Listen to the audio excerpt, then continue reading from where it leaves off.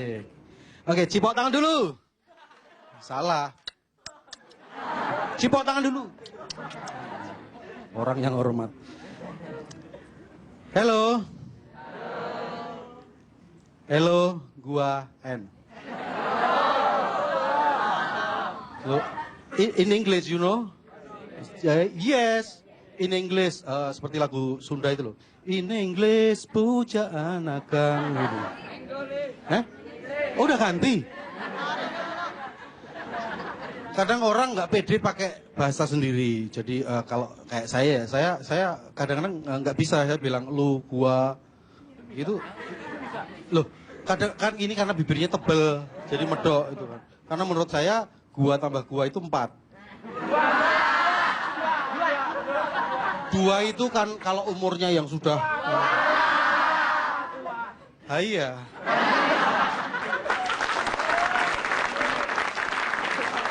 Tapi bukan berarti terus lu tambah lu 6, enggak, jangan diterusin. Makanya minum obat biar nggak telu. Iya.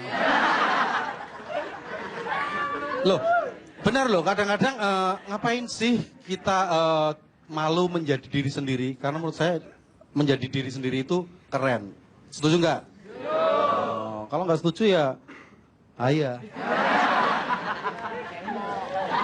Apalagi kadang-kadang kalau kita bilang keren menjadi diri sendiri, dan lebih keren lagi adalah ketika kita menghargai hak orang lain. Betul ya? Apalagi perempuan. Bayangkan kalau kita mengambil haknya perempuan, jalannya susah. Loh, haknya diambil. Kadang-kadang kita nggak mau menghargai orang lain, hak orang lain. Salah satu contoh, ketika buat baju. Iya. Ketika kemarin ya ada berita kenceng itu, ada Mas Farhad Abbas, Bang Rhoma Irama mencalonkan diri sebagai calon presiden itu ya. Banyak yang nyinyir, loh ngapain? Nggak boleh dong nyinyir. Harusnya kita patut bangga dan memberikan hak, karena itu hak warga negara patut dihormati. Oke, cipok tangan dulu lagi dong. Salah. Harus dihormati, benar, serius. Kalau nggak serius ya Taurus.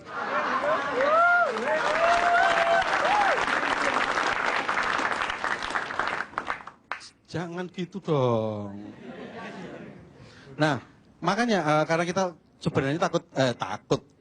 Ini gara-gara plesetan. Patut berbangga karena Bang Rhoma sudah membawa musik Melayu ke dunia internasional. Tepuk tangan dong. Salah satu contohnya ada lagunya Bang Rhoma. Lah iya. Kok gak nyambung? Ada lagunya Bang Rhoma yang sebenarnya itu lagu barat yang diilhami lagunya Bang Rhoma. Lagunya Elvis Presley, you know.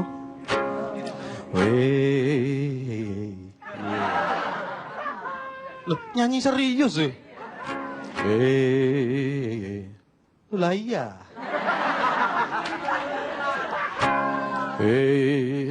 One for money, two for the show, three to get ready, no go get go. Bujangan, no. Itu ada lagi ini lagunya siapa ini? Pasti ada yang tahu.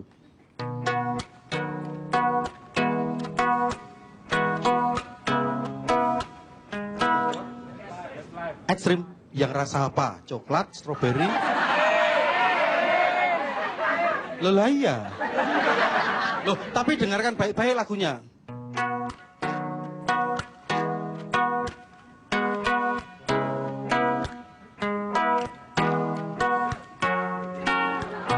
Kalau terlalu banyak begadang, segala penyakit akan mendaratkan. Melayu dari Bang Rhoma. Belum lagi tahu lagunya Maroon 5? Yang salah satunya apa? Dari 5 itu satunya apa? Oh, Maroon 5 itu bukan, oh nama band. Ini salah satu. Oh, oh, oh.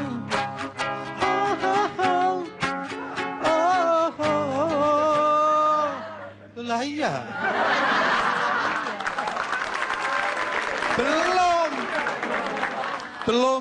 Belum gua ada 5.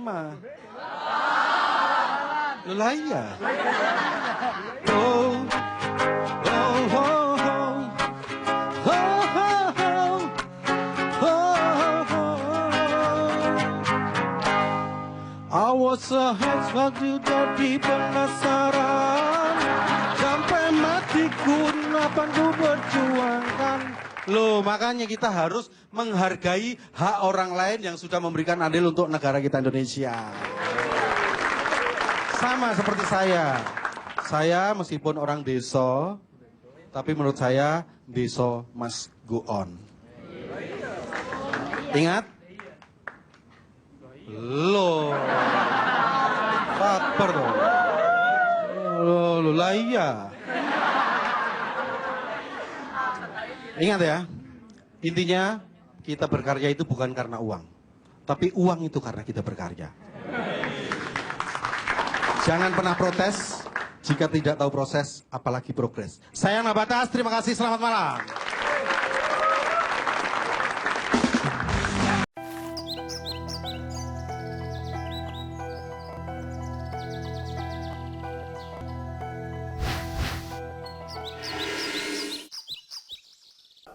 I'd like to introduce to you Sandeep Rao, one of India's only visually impaired comedians. Sandeep's comic foresight is unlike his sight. It is rather clear and sharp around the edges.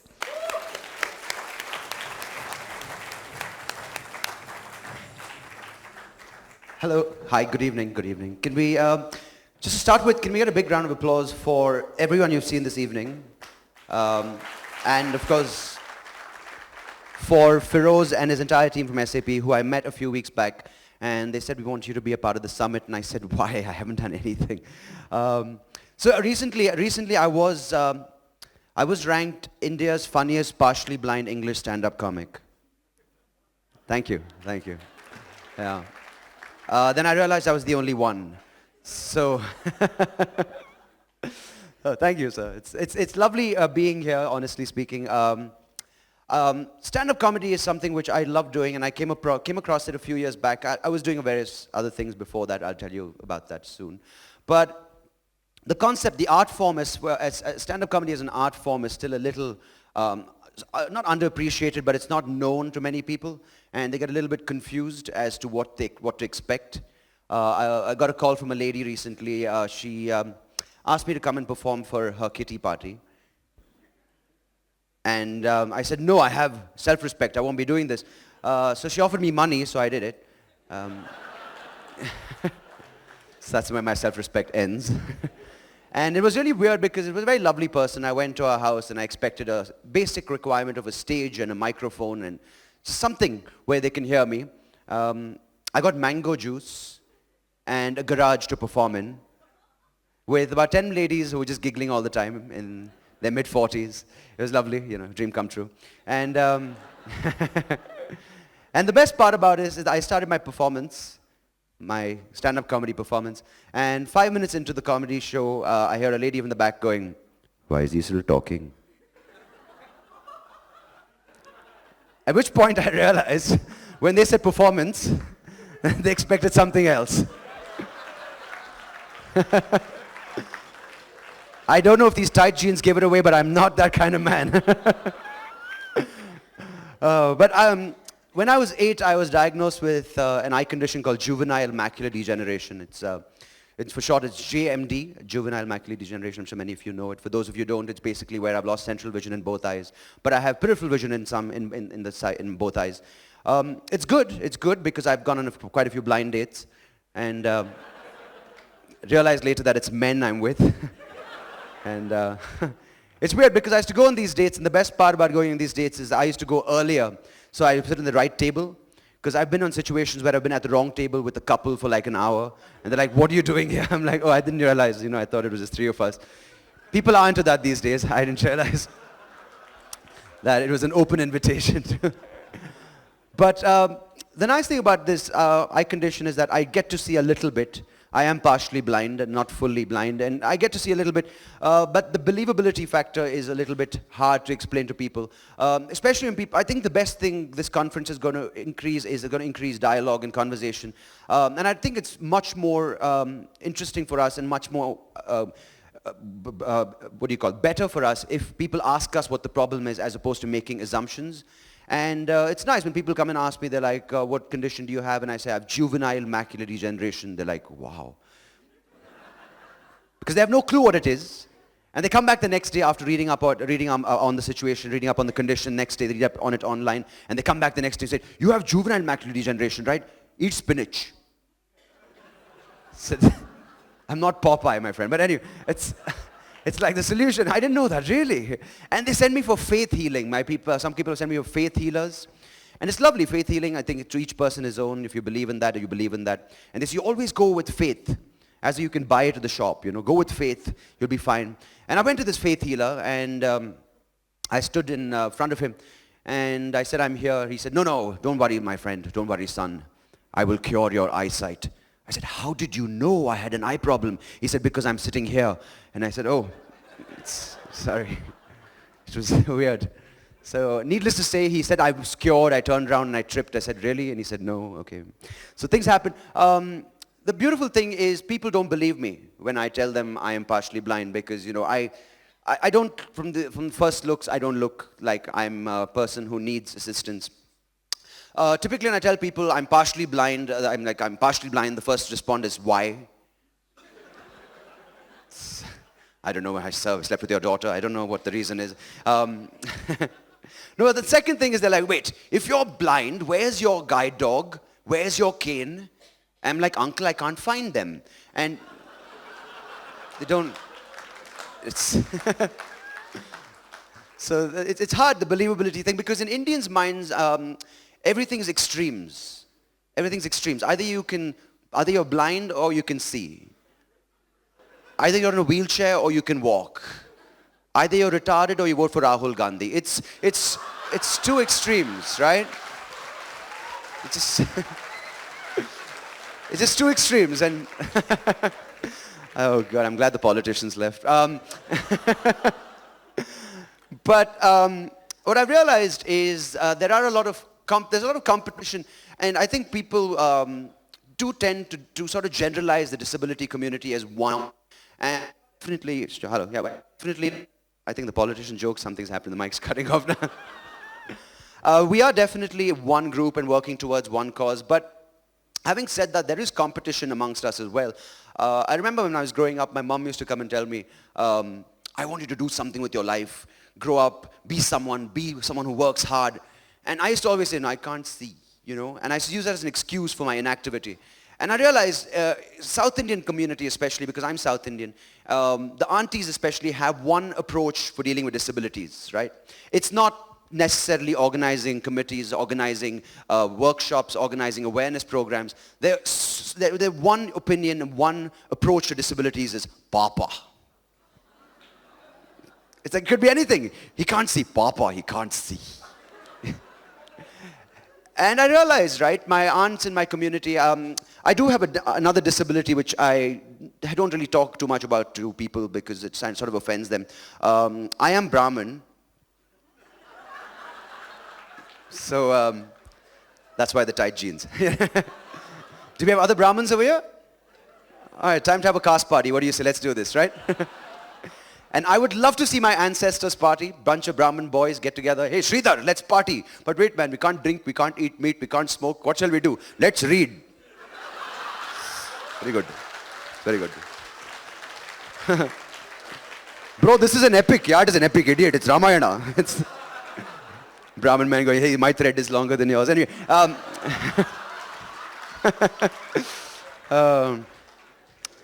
But I'm not your typical Brahmin. I'm not your typical Brahmin. In fact, my family looks down upon a lot of the things that I do because unlike other Brahmins, I have a lot of vices because I do drink, I do eat meat, I do smoke, I respect women. Not acceptable at all. But yeah, it's good. So I'm single because of that.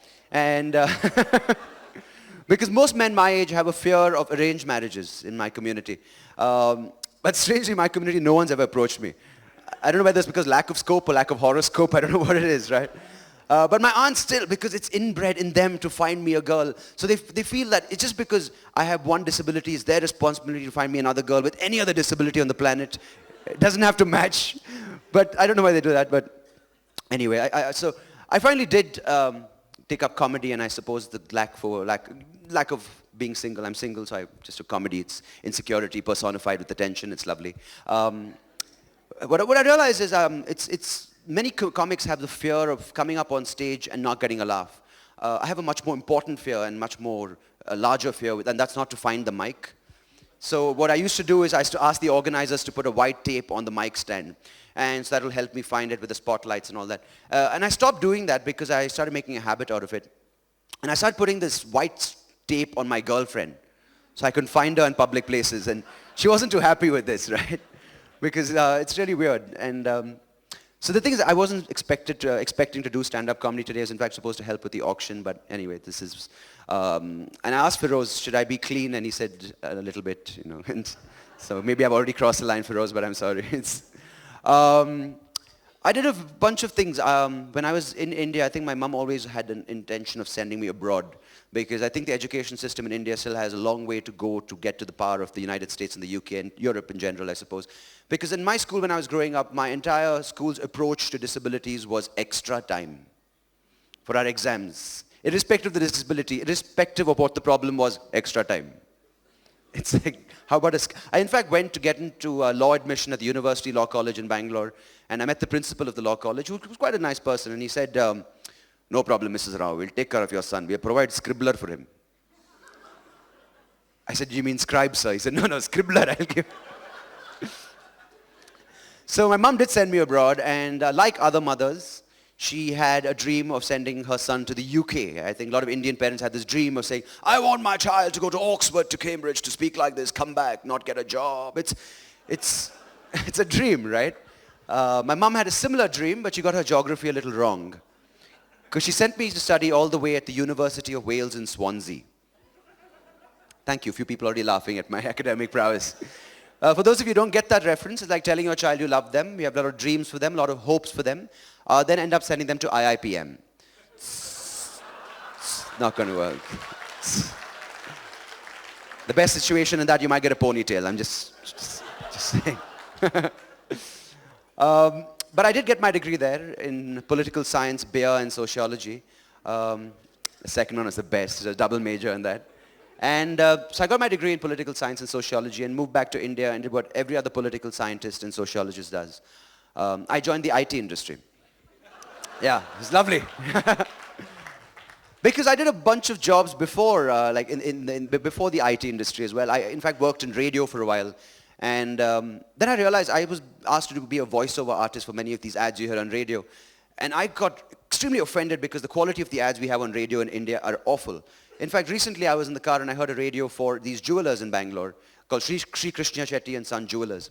And they're having a sale in their store, and this is how the ad went. It said, Sri Krishna Chetty Jewelers and Sons presents to you the Pearl Harbor promotion.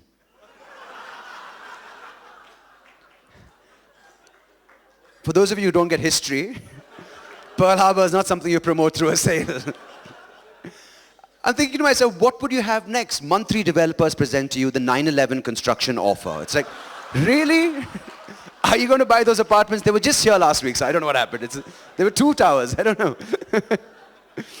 And because we deal with a lot of people in India especially who are trying to make a difference, but at the same time they have no clue what they're supporting, right? I think I'd lovely to see all of you here today because I think most of you are here for the right reasons. But I see a lot of people who come for the shows of mine when I do it in art galleries. And they're a little presumptuous. In fact, I think they're just there to be seen on page 3 and drink white wine, I suppose, which they call Pinot Noir, which I don't have no idea what that is. And I, in fact, overheard a couple the other day at an art gallery, and the wife was describing the painting to her husband in artistic terms. And I was just overhearing because that's what I like to do. And she was like, darling, look at that painting. Doesn't every brushstroke remind you of how the artist was violated as a child by a goat? doesn't the canvas represent the mindscape of the landscape? That is our dreams, that is our future, that is our hope. And I turned around and said, dude, I think that's the wall. I can't see, but you guys are obviously looking at the wrong thing, you know. But finally what I ended up doing is that I did join the IT industry. And honestly speaking, it's really nice to see what SAP is doing here today, because they aren't just an IT company, they're offering themselves to be a lot more than that. Because unlike other people, I had a very bad experience in IT because I work for a terrible company. Unfortunately, I can't tell you the name up on stage this evening. Microsoft. No, that's just a joke, that's just a joke. It was Satyam. Anyway, no, the reason I hated my job is because I was hired to be a copywriter for the IT industry. Thank you, sir. No one had a clue what I did at that office. People would come up to me every day and say, wait, Sandeep Rao, you're that copywriter. I said, yes, I am. By any chance, are you that guy who writes copyright 2012 at the bottom of the website? And I'd look at him with love and say, if I did that, it would be more work than I actually do. So, because if you work in IT, you know that it's impossible to proofread and edit anything. That was my job description, proofread and edit content. But it's impossible to proofread and edit anything because everything in IT is filled with abbreviations. Like, I would get requests for work in emails every day that would go, Dear Sandeep, PFA PDF.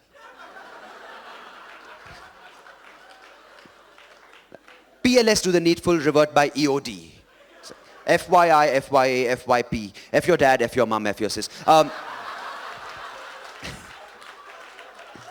VP, VVIP, VD, VVID, return ASAP, TK regards sincerely, best wishes Rakesh. PS, hope that makes sense. But what I'm really glad, and I'm going to say these last few things before I go, is it's really nice to see all of us getting together to make some sort of difference, even if it's a dent in India, because I think even though it's a lot more support in foreign countries with the infrastructure, I really feel in India it's still people still don't know what to expect, right? Because I think we need to educate people into disabilities. In fact, I was flying to Bombay the other day, and at the airport I asked the lady at the counter, I said, excuse me madam, I'd like some assistance, I'm partially blind, can I get some assistance to get to the aircraft? She said, no problem sir, I'll give you a wheelchair. So it's these kind of situations which make it a little bit weird. Because the thing is, I did live in America, and they do have a support system there. And honestly speaking, I'm glad I was born in India, even though we didn't have many good things in school with support. But I had a great family who supports everything I do. But I could get away with everything in India being a partially blind person. I drove in India for 5 years, and no one could tell. No one would tell. And the beautiful thing is I actually drove, and the reason I stopped is fortunately it wasn't too bad, but I actually stopped one day because I met with an accident. I crashed my car into a stationary Jeep, and that was quite embarrassing. I didn't get hurt, no one got hurt. But I think what was more embarrassing was that particular Jeep belonged to a Christian missionary. And the next day I went to pay for the damages, and the man said, son, don't give me your money. Let Jesus show you the way. And I said, with all due respect, sir, Jesus could have shown me where the Jeep was, but he didn't. So I think that's fine. Can I take my money back? No, I'll take it now. So we do have a lot of problems, and I'm glad as Indians we're addressing it finally. Because if you look around the world, there are a lot of other problems which are going wild, and people are going crazy about it, especially in Europe and in America. There are problems like global warming, which are driving people mad. Everyone's like, global warming, the polar ice caps are melting, water levels are rising, people are going to get submerged in water. Indians earlier would be like, global warming. Hey, just turn on the AC, bro. What is this? Water pollution, call that AquaGuard.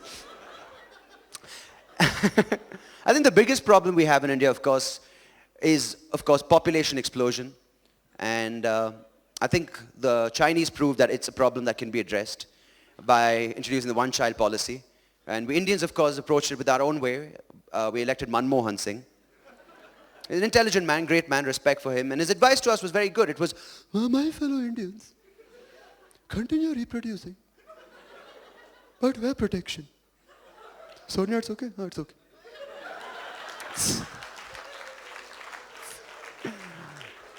I hope my mic doesn't get cut off now. Last joke. No, in fact, it makes sense. Protection, prophylactics does prevent, of course, childbirth.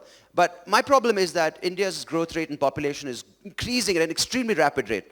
But while this is happening in India, in Western countries, Norway, Finland, Sweden, Denmark, the population growth rate has dropped at a drastic rate. I don't know if you've noticed, but these are cold countries. It's just logic. When cold, friction, heat, right? It's logic. Thank you, madam. She's like, of course it is. Because we Indians don't follow logic. Have you seen Tamil Nadu? Height of summer, 48 degrees Celsius, 98% humidity. The man goes out with his wife, "Enna pandra, nalla irukku."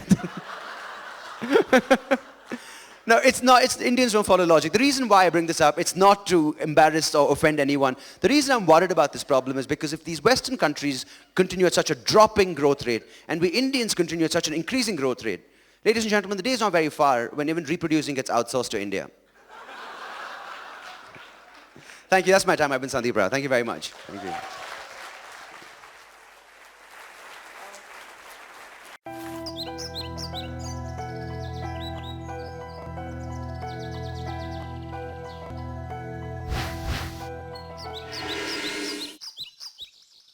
Sudah duduk ganteng semuanya di sini. Mungkin sebelumnya saya perlu perkenalkan sejenak ya.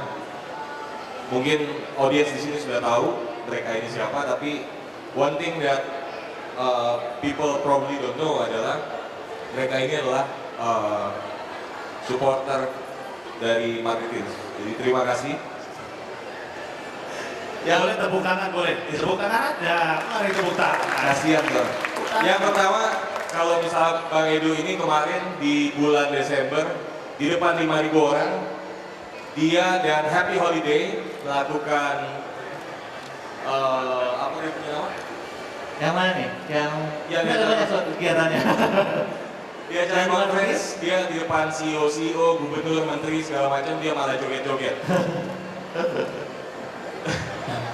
Dengan Happy Holiday-nya.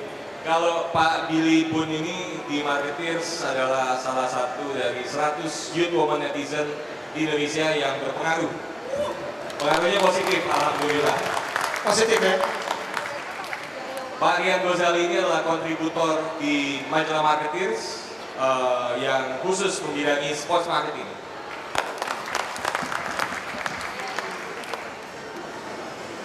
Kalau Bang Panji ini adalah perkenalin diri sendiri aja nih. iya, mungkin. Mendingan lu di sini, gue di sini. Ya, saya biasa dikenal mengisi catwalk seluruh dunia sebagai peragawan. Saya di foto model. Saya tahu ada wajah-wajah yang kayak ibu yang itu ngeliat saya. Nggak yakin kalau saya peragawan. Tapi saya adalah model pada zamannya Bapak. Tapi sekarang saya udah pensiun. Kasih ruang untuk yang muda-muda. Jadi dulu waktu dia masih muda, waktu umurnya masih di bawah 30 tahun, sekarang udah enggak soalnya. Dia merupakan salah satu dari top 20 aspiring star ya. Jadi anak muda masa kini lah. Sekarang udah enggak lagi. Sebenarnya masih sih. Anak muda itu kan mindset ya. Ya kalau lihat Spirit. betul. Kayak Billy kan wajahnya muda, umurnya tua banget sebenarnya. Baby face. Ya, nggak ada yang tahu kalau umurnya Billy 42, nggak ada yang tahu kan? Iya, nggak ada yang tahu. Kalau saya kan walaupun umur mungkin agak di atas 30 dikit, tapi yang penting spiritnya anak muda. Saya tahu untuk Pak Panji. Ya, terima kasih. Tepuk tangan dong buat Panji. Jadi tahun 2009 kemarin kita 2010 kemarin di Marketeers kita ngebikin apa yang kita namakan Marketeers Time Cube. Isinya itu adalah 20 aspirasi anak muda Indonesia tentang cita-citanya mengenai Indonesia di tahun 2020. Jadi mereka harus nulis aspirasinya, dimasukin ke dalam kotak yang terpampang di kantor kita. Dan kotaknya itu akan dibuka nanti pada tanggal 22 Februari 2020. Pak Panji ngomong apa waktu itu? Saya sebenarnya pengen banget jawab pertanyaan itu. Masalahnya saya sudah lupa. Jadi selain Pak Panji ada juga Pak Mas Wahyu Aditya yang tadi ada di atas panggung sini. Ada juga Alanda Kariza, Dian Sastro, dan banyak lagi bintang-bintang muda lainnya. Itu sekedar pembukaan, kita masuk ke topik Jakarta di Youth City kali ini. Jadi kalau misalnya kita lihat Jakarta ini memang semakin cool. Sekarang banyak gerakan-gerakan anak muda yang dibicarakan oleh selain dari mas-mas yang di depan ini ada juga yang lain-lain yang membuat Jakarta itu lebih vibrant. Tapi apakah memang betul demikian Jakarta adalah vibrant city buat anak muda?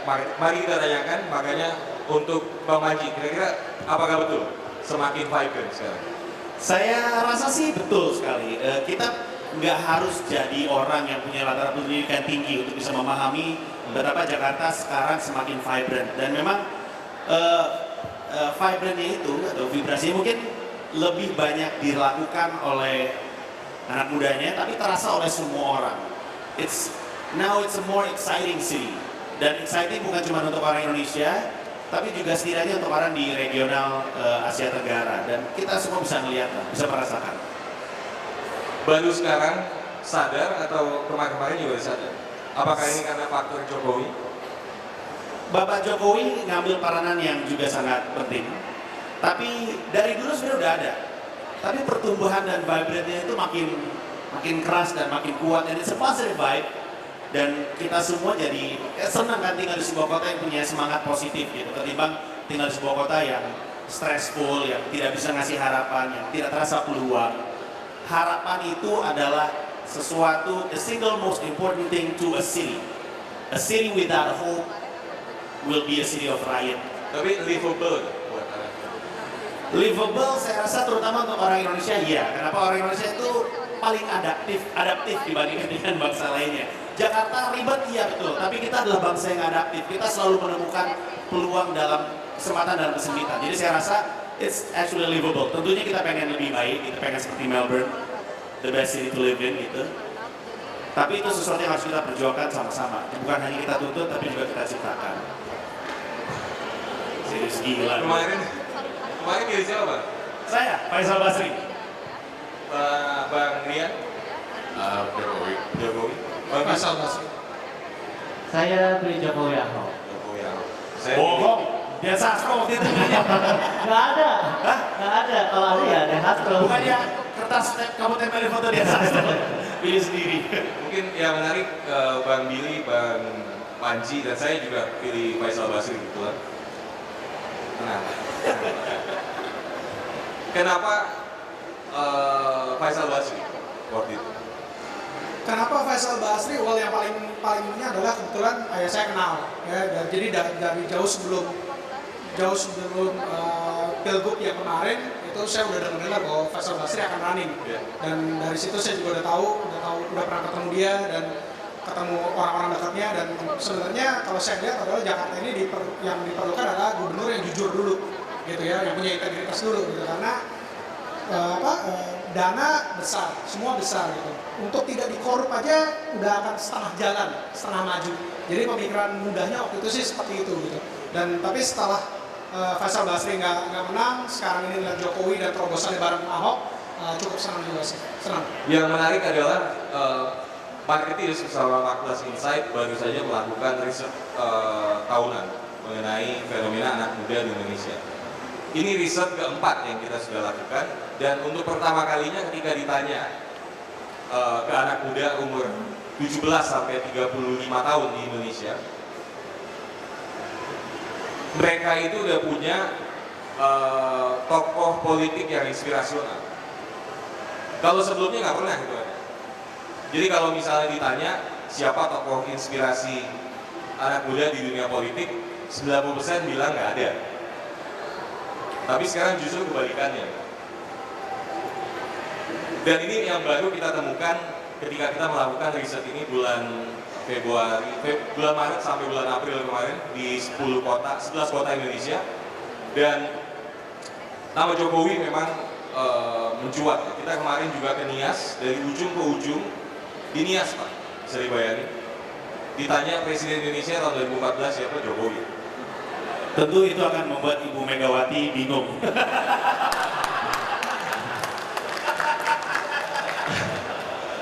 Tapi ini semua kan jadi ada harapan baru. Kita bilang ada harapan baru kan. Jadi kalau misalnya dilihat faktor Faisal Basri bisa ada muncul gitu ya di mengalahkan seorang indie politician gitu, bisa mengalahkan Golkar gitu, itu something gitu. Dan memang rata-rata kuncinya itu karena mereka memegang komunitas influencer youth woman netizen. Kalau Bang Rian ini sesuatu yang menarik juga, kita melihat Bang Rian ini cocok bicara mengenai fenomena anak muda di Indonesia yang banyak bilang supaya tawuran segala macam. Tapi sekarang malah disalurkan ke hal-hal yang positif lewat Liga Mahasiswa. Mungkin bisa diceritakan sedikit Bang Rian. Jadi apa namanya, saya percaya untuk Jakarta bisa vibrant itu, ya Jakarta sih, Indonesia in general itu perlu, anak-anak muda itu perlu sebuah platform untuk channel kreativitas mereka, untuk aspirasi mereka dan lain-lain. Saya rasa olahraga merupakan salah satu cara di mana mereka bisa melakukan hal tersebut. Dan apa namanya, Liga Mahasiswa juga mengajarkan banyak hal di mana situasi olahraga Indonesia itu agak sedikit madesu. Saya kebetulan pas waktu PSSI lagi rusuh itu, saya sendiri saking pedulinya dengan olahraga Indonesia, saya ngikut arrange protes di West Coast Amerika, dari Portland, Seattle, San Francisco, dan San Jose. Saya bawa banner orang Indo sendiri, tulisannya Save Indonesian Football, Revolutionize PSSI. Dan situasi itu sangat suram sampai sekarang pun, walaupun sudah lewat KLB dan lain-lain, itu masih belum jelas. Oleh karena itu saya berusaha membuat sesuatu di mana bisa situasi olahraga Indonesia diperbaiki. Dan salah satu caranya, kita di Liga Mahasiswa ada 3 pilar. Pilar pertama ialah atletisisme gitu, di mana setiap universitas, ini Liga Mahasiswa ada kompetisi multi cabang olahraga, di mana satu universitas hanya mengirimkan 1 tim, pria dan wanita. Jadi the best of the best will compete gitu. Sekarang kan antara kampus sendiri tuh masih tidak terlalu bersatu, dalam arti fakultas apa, semua tuh bisa misah. Jadi kita nomor 1 berusaha satukan dengan itu. Yang kedua adalah edukasi, dan ini sangat penting, di mana kita ngikutin di Amerika yang namanya NCAA gitu. Mereka ada IPK minimum 2,0, walaupun kecil sebenarnya, tapi sebagai atlet itu cukup berat. Dan kita memastikan, kita percaya smarter athletes makes better athletes. Jadi harus ada minimum, dan kalau mereka jatuh di bawah itu, mereka nggak boleh main di liga kita. Dan yang terakhir juga salah satu aspek yang penting yang kurang dari society Indonesia ialah social responsibility. Saya ngerasa ini sangat tidak dipedulikan. Biasanya kita sekarang hidup untuk diri sendiri saja, tidak memikirkan yang lain. Kalau misalnya ada yang kecelakaan atau apa, mungkin karena dicuekin. Jadi kita di Liga Mahasiswa mengharuskan seluruh peserta dan officials untuk berbakti sosial selama 6 jam. Kalau sekarang udah berjalan 1 tahun ada Liga Mahasiswa? Bulan depan 1 tahun. Bulan depan 1 tahun. Dan ada di Jakarta, di Bandung, ada di mana lagi kompetisi? Kita bagi dari 5 conference. 1 Greater Jakarta Conference, West Java Conference, Central Java DIY Conference, East Java Conference, dan Nusantara Conference. Kalau dibandingin Jakarta dengan kota-kota lain, mahasiswanya yang suka sama olahraga ini kayak gimana? Terutama competition spirit ya, kita bandingin. Ini kebetulan sesuatu yang menarik nih, karena di olahraga memang selalu begini. Biasa capital city itu lebih nggak gitu, nggak gigit gitu. Sedangkan ada gregetnya gitu. Nggak ada gregetnya. Dan tapi kota-kota di luar seperti kalau misalnya di Inggris sepak bola, kayak Manchester ketiga, kota keempat ya. Iya, tapi mereka merupakan salah satu kota yang paling vibrant gitu. Sedangkan London itu timnya banyak, tapi nggak gimana, karena entertainment option mereka satu banyak.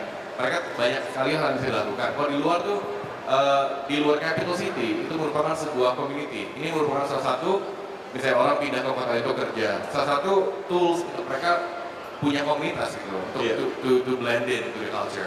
Jadi di Jakarta sendiri pengalaman kita, karena satu macetnya luar biasa, transport, dan 2 infrastrukturnya sangat jauh dengan yang lain, agak sedikit lebih tidak greget dibanding misalnya contoh Jogja, di mana kita selalu ramai banget.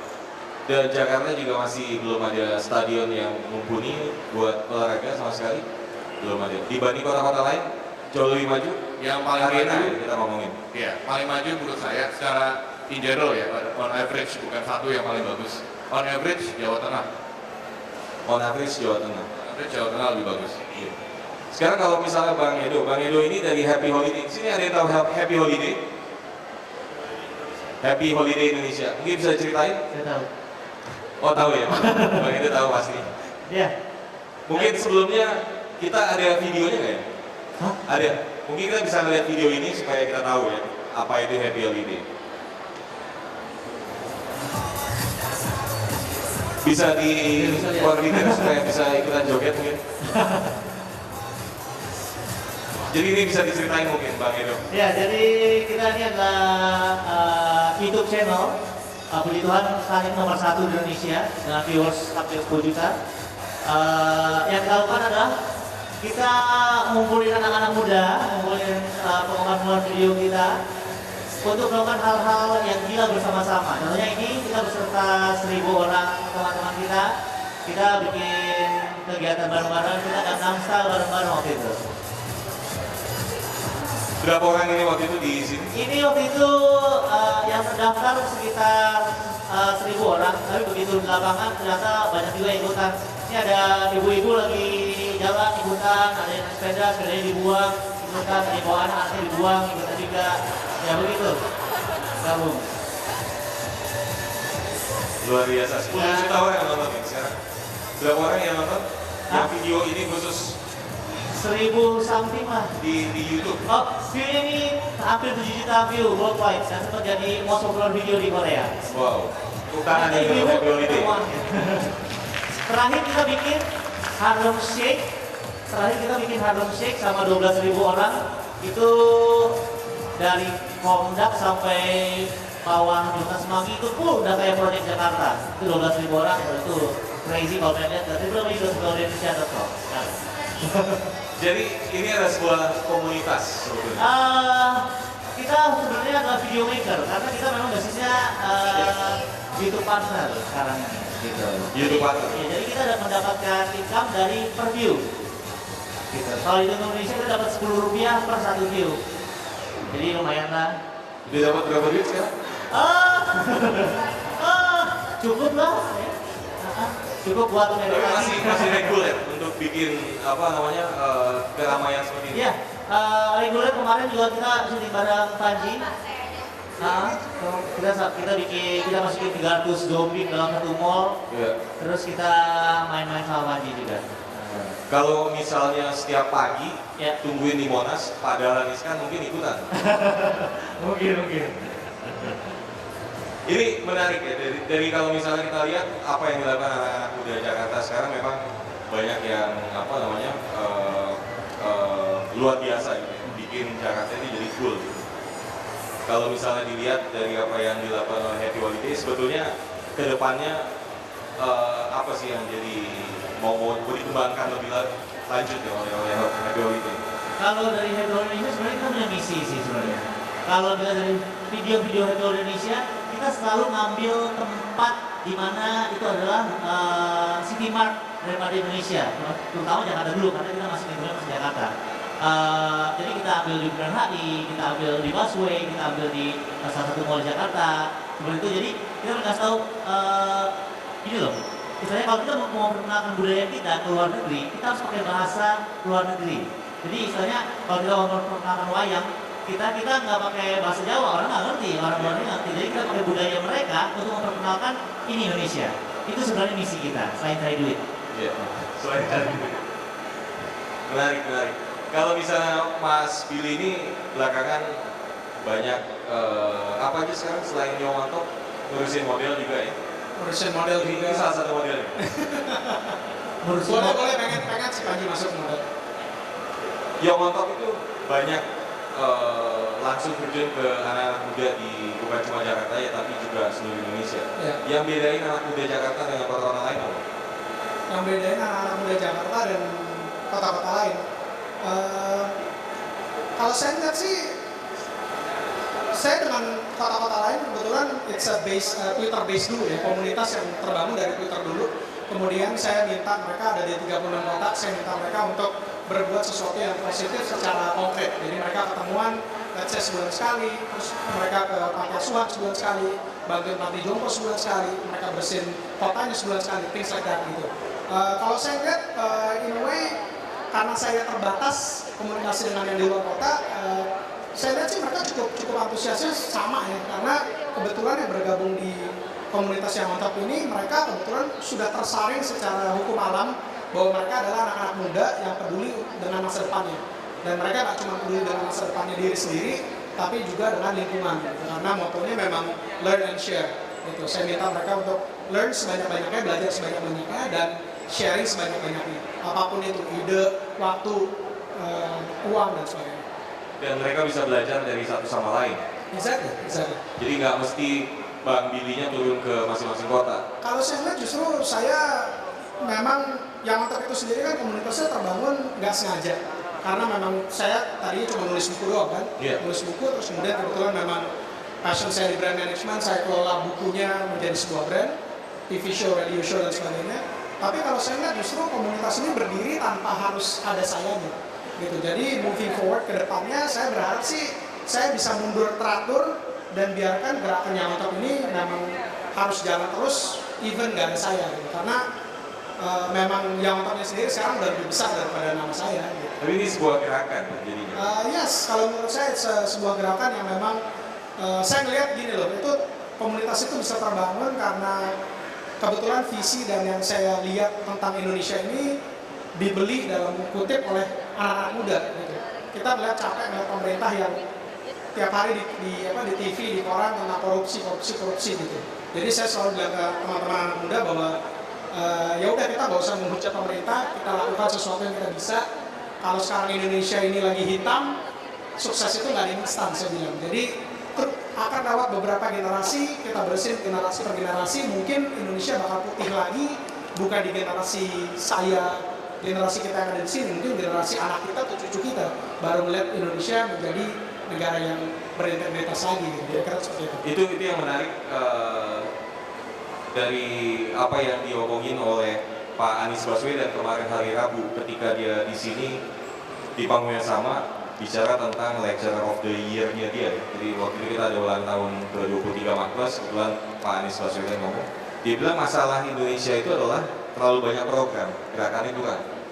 Kalau misalnya mau maju, lebih banyak movement-movement yang diciptakan oleh any kind of community, apakah itu youth movement, netizen, dan segala macam. Dan apa yang dilakukan oleh Pak Billy sekarang, apakah memang masuk ke situ? Gue dari tadi ngomongnya Bang, Mas. Ada Bang, Mas, nggak konsisten banget ya. Biasanya kalau dari segi brand nggak bagus tuh. Biasanya kalau misalnya kita sambil ngebar segala macam kan ngomongnya Sambil apa? Ngebar.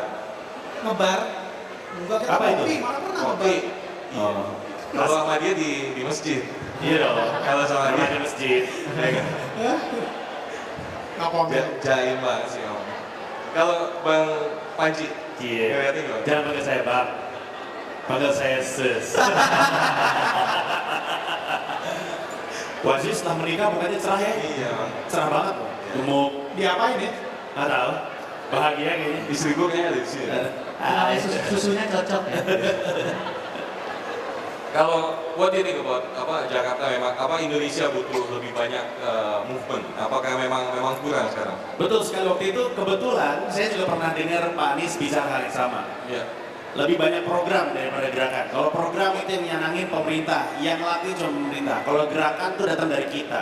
Waktu itu Pak Anies pernah ngomong sesuatu yang lucu banget sampai saya jadi bahan stand up. Pak Anies bilang gini, bayangin kalau mempertahankan kemerdekaan adalah program pemerintah. Iya. Itu yang perang tuh cuma TNI, rakyat nontonin dari jauh. Mati tuh. Sian. Dulu mempertahankan kemerdekaan adalah gerakan, sesuatu yang dilakukan sama-sama bersama pemerintah gitu. Nah, zaman sekarang juga gitu. Waktu itu Pak Anies bicara konteksnya tentang pendidikan. Pendidikan itu memajukan pendidikan bangsa. Itu nggak boleh program, harus gerakan, harus semua orang melakukan hal yang sama sehingga bergerak. Gitu. Dan itu dicontohkan dengan gerakan yang beliau pimpin tersebut, Indonesia Mengajar. Dan jadi memang betul sekali.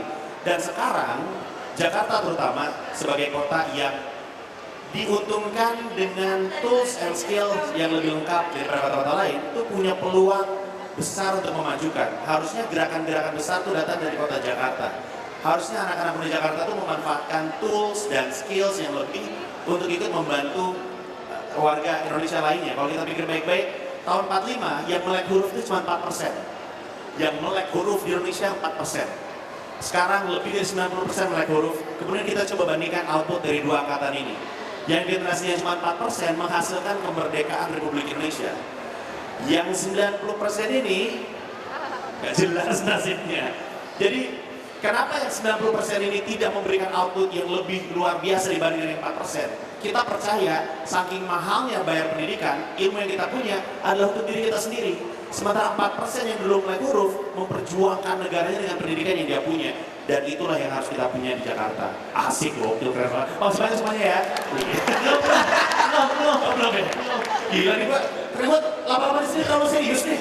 Belajar dulu ah. Kalau gerakan yang Bang Panji sendiri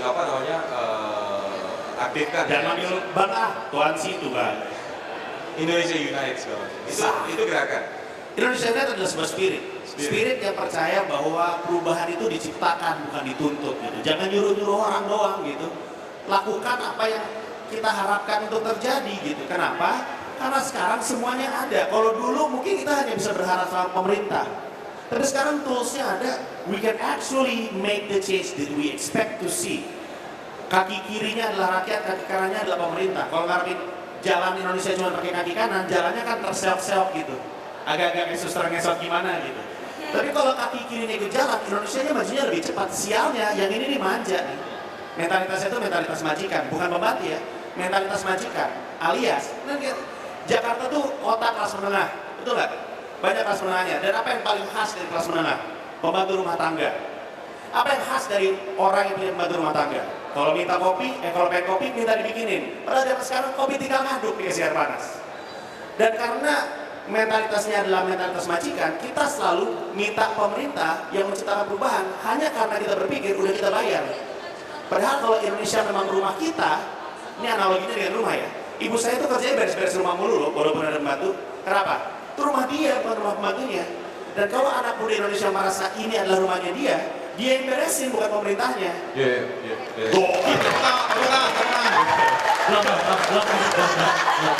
Belum dibayar. Kok ada duitnya tuh? Saya pikir dibayar air putih. Gimana? Iya, memang. Oh sedih. Terlalu dekat. Untung saya bukan mentalitas majikan, saya mentalitas anak kosan. Semuanya bikin Iya, sendiri.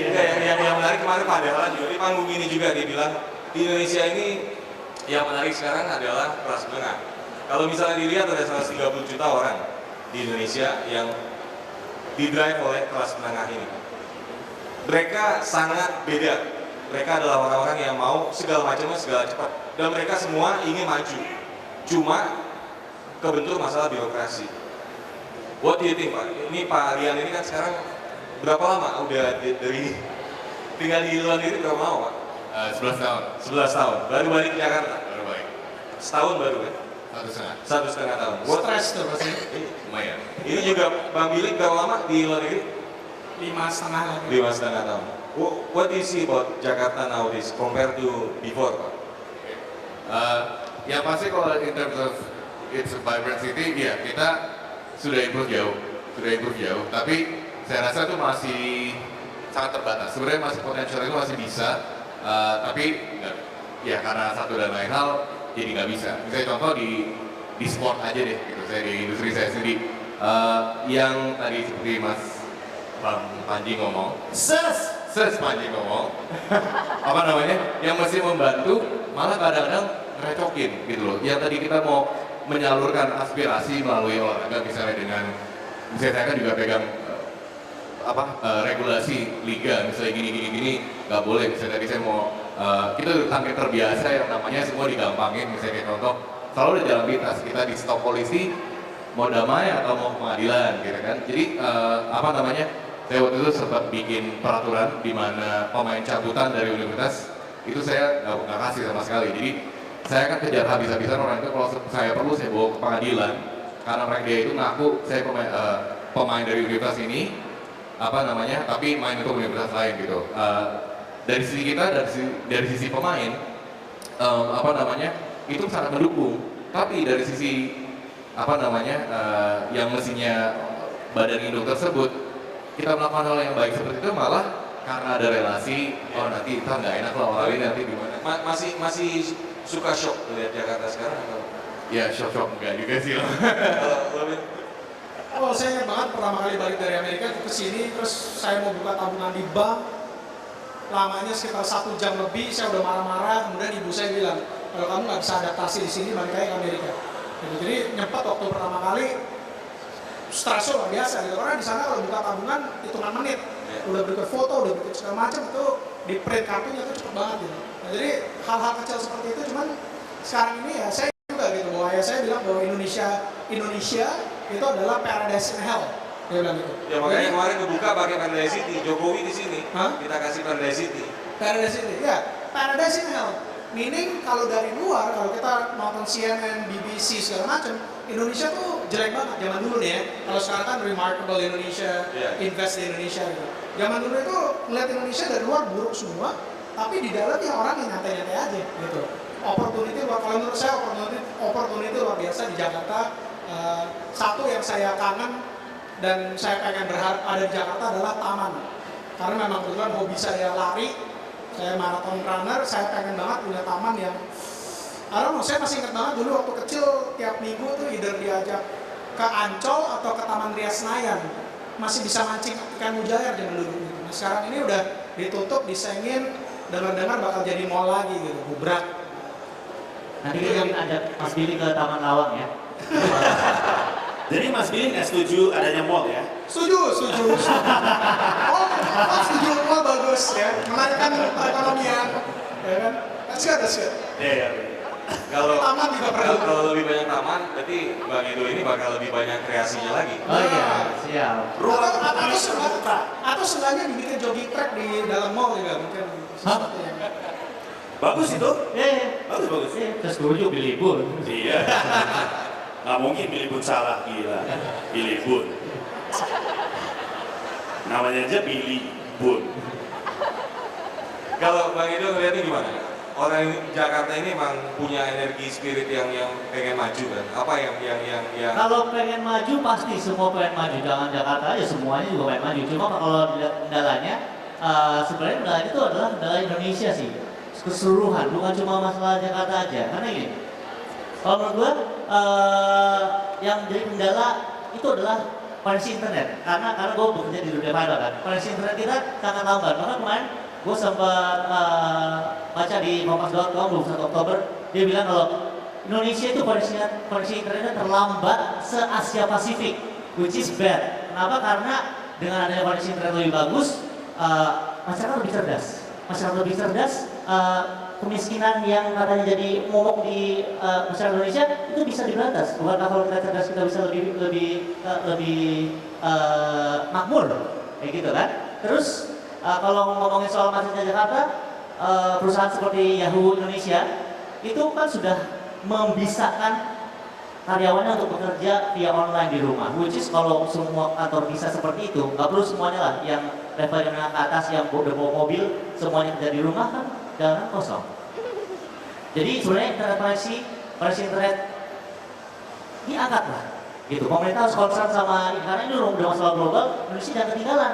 Kita udah ketinggalan banyak hal, yang ini jangan. Tapi kemarin sepakat semuanya bahwa kemarin kebetulan Telco Day hari kemarin ya, dan ada petinggi-petinggi perusahaan telco dan sini, mereka bilang sepakat bahwa Jakarta itu memang it's a world class digital city, tapi coming soon. Akan. Ya kan? Iya. Itulah. Sekarang kalau Bang Manji ngeliatnya gimana? Ya. Kalau misalnya dilihat energi dari orang-orang Jakarta, anak-anak mudanya nih seperti apa sih dibanding kota-kota lain? How do you see? Kan suka keliling Indonesia juga sekarang. Betul. Suka lihat di TV juga kok. Makasih ya. Bedanya orang Jakarta dengan kota-kota lain in terms of energi itu apa? Anak-anak mudanya. Jangan kaget ya, nanti tiba-tiba jawaban saya nggak sejalan dengan acara ini, tapi nggak apa-apa ya. Itu juga saya ditanya. Menurut saya energinya orang anak muda di Jakarta terlalu banyak habis terhadap hal yang enggak-enggak. Kayak misalnya protes kenapa di TV Olga nangis mulu, kenapa The Voice Indonesia kok bajunya gitu. Itu dilihat dari Twitter atau? Dilihat dari Twitter. Ini poinnya berkaitan dengan yang dikatain sama Indo. Kenapa koneksi internet di daerah-daerah lain di Indonesia tidak secepat di Jakarta? Karena Jakarta bawel anak mudanya. Hampir tepat. Ini asumsi saya ya, saya takut tangkap pemerintah, tapi nggak apa-apa saya ngomong gini aja. Karena menurut saya, Kalau daerah-daerah lain di Indonesia yang tidak semaju Jakarta, yang punya problema yang lebih besar di Jakarta, yang punya masalah angka kematian anak tertinggi di Indonesia, punya koneksi internet yang sama kencangnya dengan di Jakarta, mereka akan protes dan semua orang akan tahu masalah sesungguhnya yang ada di Indonesia. Orang-orang di Jakarta hidupnya nyaman. With the access of internet that you have, you complain puny things. When children are dying in Indonesia, but you never know that because they can't tweet. Anak-anak di Indonesia yang mereka hidup di NTT, anak Indonesia tertinggi meninggal di sana. Ibu meninggal ketika melahirkan juga masih sangat tinggi di Indonesia. Nggak ada yang tahu kenapa. They can't tweet about that. Nggak punya akses internet. Menurut saya dibiarkan sama pemerintah. Because they know kalau semua daerah yang mundur, yang terbelakang di Indonesia bisa berbicara sebebasnya, mereka akan kaget dan mereka nggak bisa kontrol. Dan akhirnya apa? Orang-orang Jakarta, kita makan mahal. Makanan kita jauh lebih mahal daripada teman-teman di daerah-daerah lain. Kemudian yang kita gunakan dengan kalori tersebut apa? We complain tentang macet dari dalam mobil pribadinya. Isn't that true? Did we complain? Tidakkah kita membakar kalori yang mahal, beli Burger King atau apapun itu yang mahal, kita komplain karena kita macet di dalam kendaraan pribadi yang juga merupakan penyebab macet? Tidakkah itu yang kita lakukan? Oh, energinya anak muda Jakarta banyak, tapi tidak ditempatkan pada titik-titik yang tepat. Itu menurut saya. Lalu Pak dibayar ya, sorry. Tapi itu karena SBY juga udah Siapa? Sorry? Siapa tuh gitu ya? Ini presiden. Tadi gua nggak dengar. PSBY mah presiden. SBY kan sekarang udah di Twitter. Iya, PSBY di Twitter. Yang mana sangat menarik. Saya kemarin ikutan Kamisan. Ada yang tahu Kamisan nggak? Kamisan adalah sebuah aktivisme di mana ibu-ibu yang anaknya hilang, korban-korban HAM, berdiri di depan istana presiden. Selama 303 minggu berdiri di depan istana presiden, presiden nggak pernah ketemu dengan beliau. Sekarang, ditanyain Pak SBY bikin Twitter kan? Bener kan? Saya lihat pernyataannya juru bicara presiden, katanya Pak SBY sebenarnya udah 2 tahun yang lalu pengen bikin Twitter. Cuma susah, baru sempat sekarang. Gak ada koneksi soalnya. Ya mungkin, tapi itu menggambarkan beliau memang. Bikin Twitter mah gampang. Butuh 2 tahun untuk melakukan sesuatu yang gampang. Tapi mungkin itulah beliau. Yang mudah dianggap susah, yang susah dianggap tidak ada. Nah, ini sebelum kita tutup karena waktunya udah habis. Mungkin ada yang mau nanya ke panelis di depan? Keren gak gue? Ada yang mau tanya? Itu kok ada pas pampers sih. Ada yang mau nanya? Kalau misalnya pertanyaan terakhir mungkin. Sekarang dari Bang Edo dulu, 3 aspirasi dari Bang Edo untuk anak muda Jakarta ini harusnya melakukan hal apa? Tadi kan Bang Maji juga udah ngomong, tempatnya nggak benar gitu. Mestinya kan ikutan lebih banyak dengan happy holiday, joget-joget segala macam. Kalau Bang Edo ngeliatnya gimana? 3 aspirasi untuk anak Jakarta. 3 aspirasi untuk anak Jakarta, pertama berani. Karena kebanyakan kita adalah orang-orang yang gue pengen melakukan sesuatu tapi ntar dulu deh gitu. Mau melakukan ini, ntar dulu deh. Kan teman-teman gue mau nggak gue ajak ikutan gitu. Pertama satu, berani untuk melakukan apa yang ingin mereka lakukan. Kayak contohnya kalau di Indonesia, kita pikir, ayo kita bikin sesuatu di sini, ayo kita lakukan hal itu juga, persiapan seminggu. Jadi kalau jelek ya udah, kalau jadi bagus ya udah, kayak gitu. Jadi harus berani pertama. Kedua harus kreatif, karena kita ngomongin soal industri anak muda dulu ya. Sekarang kan udah ada online store, online shop. Sekarang semuanya sudah bisa, nggak usah dengan kapital besar, tapi mereka bisa berkreatif dan melakukannya dan mendapatkan keuntungan yang bisa nantinya akhirnya mendapat kapital, akhirnya baru bisa bikin jadi sesuatu yang besar. Pertama berani, kedua kreatif, ketiga sama-sama bareng-bareng. Karena kalau kita bergerak sendiri, itu yang jadi hanya ya nggak kelihatan. You have to be with your friends, you have to be in community supaya apa yang kita lakukan bersama-sama dilihat orang dan juga jadi sesuatu yang positif di masyarakat seperti itu. Berani, kreatif dan bareng-bareng. Iya, terima. Bang Billy. Untuk aspirasi untuk anak muda Jakarta lainnya. Oke, untuk anak muda Indonesia sebenarnya saya. Yang pertama kurangin galau-galauan. karena penyebab galau itu sebenarnya karena banyak anak muda yang nggak tahu siapa dirinya. Ya, jadi saya selalu bilang ke anak muda bahwa you have to know your passion. Kita sukanya apa dulu, kita cintanya apa dulu, itu yang pertama ya. Karena kalau kita ngerjain sesuatu yang kita cintain, kita nggak akan ngeluh-ngeluh lagi gitu ya. Hari Senin pagi atau Minggu malam kita nggak mungkin nge-tweet bilang, ya besok Senin kerja gitu kan. Atau hari Jumat kita bilang, thanks God it's Friday, besok weekend. Nah biasanya orang-orang yang nge-tweet kayak gitu tuh yang nggak sesuai passion. Jadi first we have to know our passion, itu yang pertama. Kedua, kita harus punya mimpi yang besar. Ya saya selalu bilang bahwa kita nggak akan kemana-mana kalau kita nggak tahu kita mau kemana. Dan selama mimpi itu masih gratis, mimpilah yang besar. Ya. Yang ketiga adalah kita harus punya attitude yang baik, kita harus punya karakter yang baik.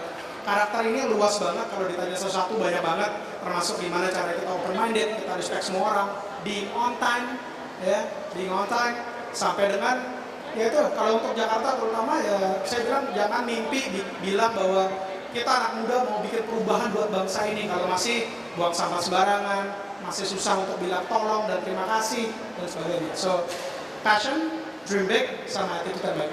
Amazing. Tepuk tangan untuk Pak.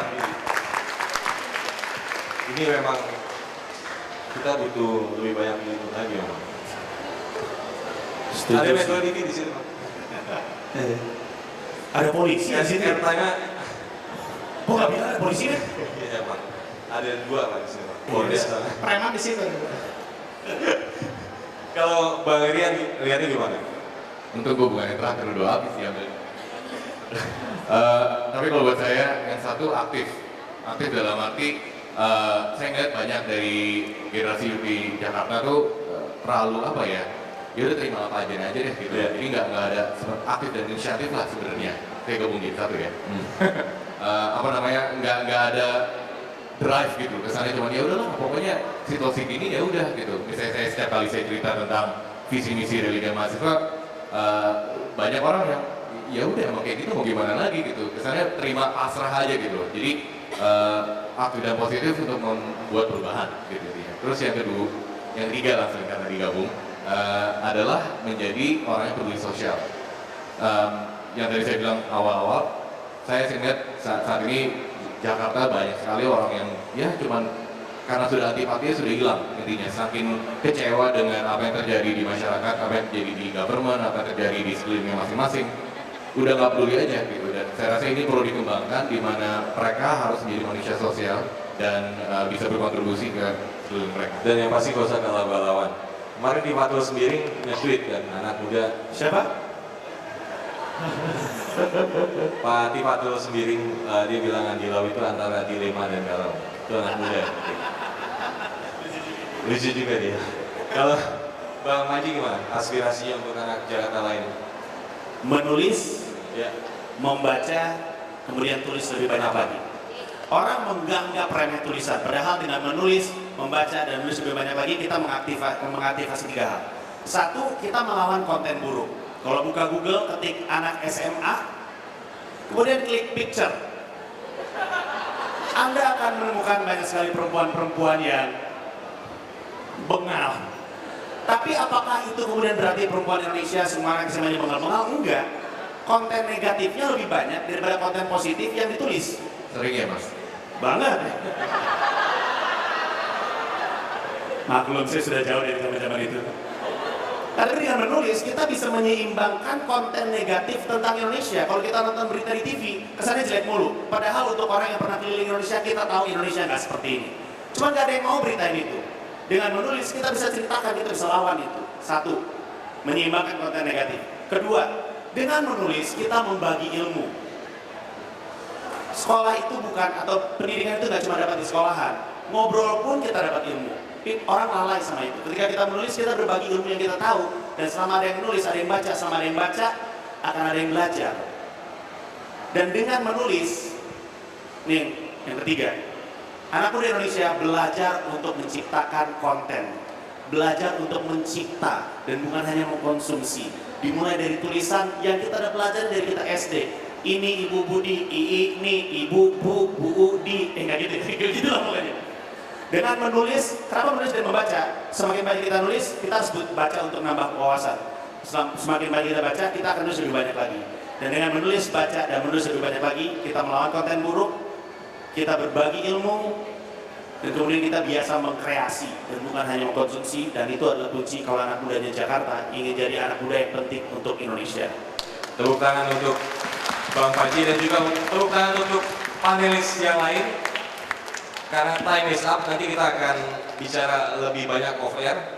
Demikian sesi dari Jakarta Marketing Week kali ini, Jakarta di Youth City dengan para panelis. Tepuk tangan sekali lagi. Sebelum kita akhiri akan ada sertifikat of appreciation. Let's break the busway.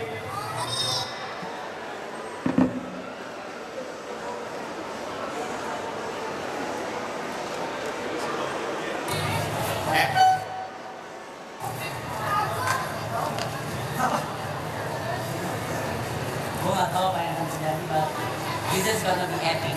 Epic is epic. Brought to you by Smart Friend Live Smart.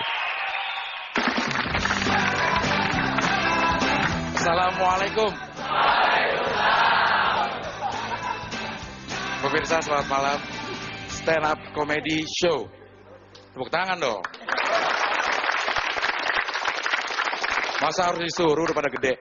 Ya, stand up comedy show ini namanya neon sign-nya nih. Apa ya namanya? Ini saya bawa sendiri memang dari rumah karena tadi sebelum penampilan saya ini masih belum begini. Ya, saya memang udah modal. Jadi kalau saya ngomong lucu nggak lucu ketawa aja nanti ya.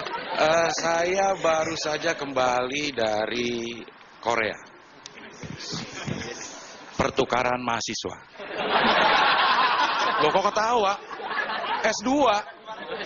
Ini tampang kalian mah S1 aja pilek. Ke S2 nih. Indonesia kirim saya ke Korea, Korea kirim ginseng. Boleh ketawa, emang penampilan nih. Saya bilang ya, don't judge a book by its cover. Jangan pernah nilai buku itu dari sampulnya. Kalau sampulnya jelek, dalamnya belum tentu bagus. Coba aja dites nih. Tapi saya banyak sekali dapat pelajaran dari Korea. Saya itu memperdalam ilmu politik. Di sana saya bisa melihat ternyata kebiasaan tiap kecil, waktu kita kecil itu menentukan profesi saat kita dewasa. Contoh ya misalnya. Kalau kecil dia suka ngintip. Dengar jebar jebur langsung ngintip. Itu gedenya kameramen. Ini profesi, kameramen ini profesi yang saya kagumi loh. Dia kerja pakai mata satu gajinya gede, apalagi mata dua. Terus kebiasaan saat kecil rajin. Ya, di lingkungan dia tinggal rajin. Misalnya ada 17 Agustusan, perlombaan olahraga. Wah dia repot tuh, ngurusin penginapan, ngurusin fasilitas olahraganya. Kadang-kadang dapat komisi, gedenya jadi bendahara umum. Partai yang berkuasa di Korea tapi bukan di sini. Ya.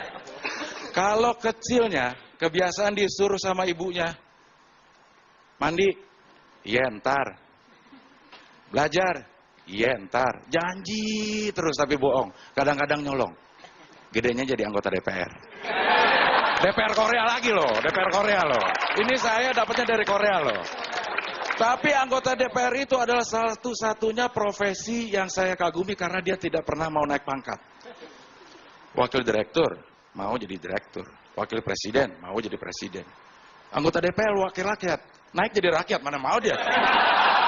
Hilang 60 juta sebulan. Ada satu lagi yang saya baru tahu, bahwa kebiasaan ini bisa menentukan juga saat kita dewasa. Kecilnya bulan Ramadan nih, puasa, senang main sama teman-temannya. Main kembang api, wah lari ke sana kemari. Tapi giliran temannya main petasan, dia pulang. Gedenya presiden tuh dia. Presiden Korea juga loh.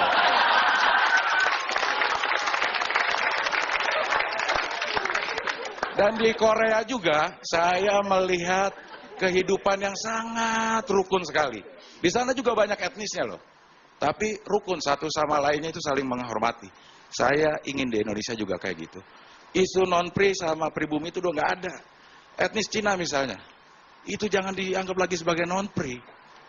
udah kita anggap sebagai orang Indonesia. Etnis Cina itu sekarang udah ada yang jadi gubernur di Beijing. Kalau nggak percaya ke Beijing aja.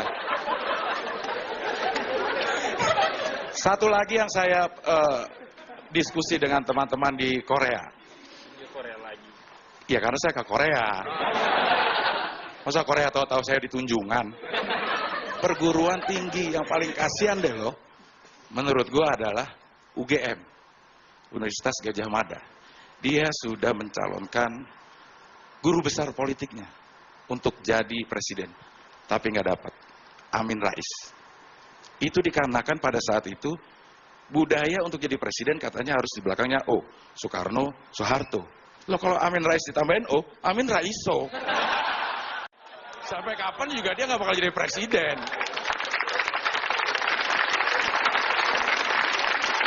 Tapi di antara semua perguruan tinggi yang paling hebat itu UNPAD, Universitas Pajajaran.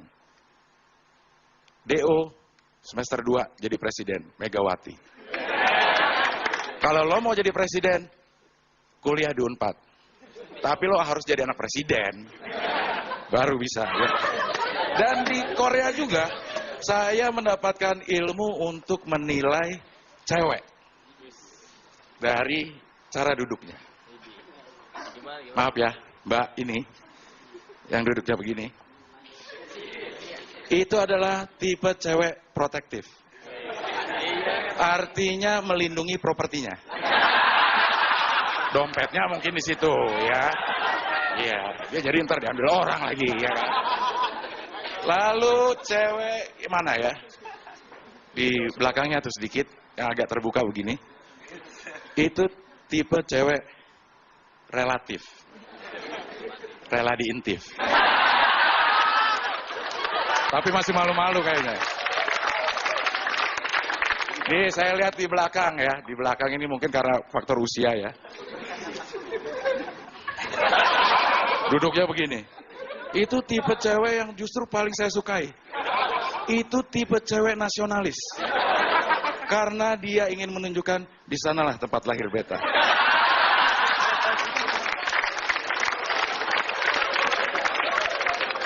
Dan saya senang sekali ini memang Metro TV oke banget lah. Ini tempat duduknya juga udah pas. Yang cantik-cantik di belakang.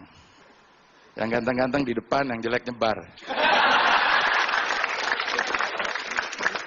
Saya juga pernah di Korea juga ini. Bosan di Korea atau saya pindah aja nih? Hah? Pindah ya? Mau negara mana? Saya sering loh pertukaran pelajar loh. Mau negara mana? Mau negara mana? Di Australia. Saya lama di Melbourne. Ini mau di Australia, ini mau di mana? Padang. Padang mah bukan di luar negeri. Nah ini orang Padang nih. Orang Padang itu kenapa dibilang pelit? Itu salah dia sendiri. Coba lo jalan ke Ben Hill. Di situ ada restoran Bundo Kanduang. Makan, tetap ditagih loh. Padahal kandung loh. Apalagi Bundo angkat.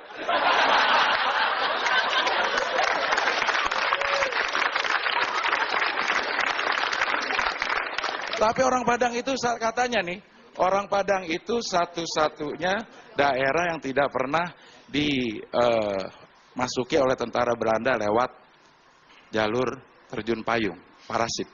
Karena dia takut. Rumah gadang. Ntar dia kena sininya. Terima kasih, saya Abdul Harian.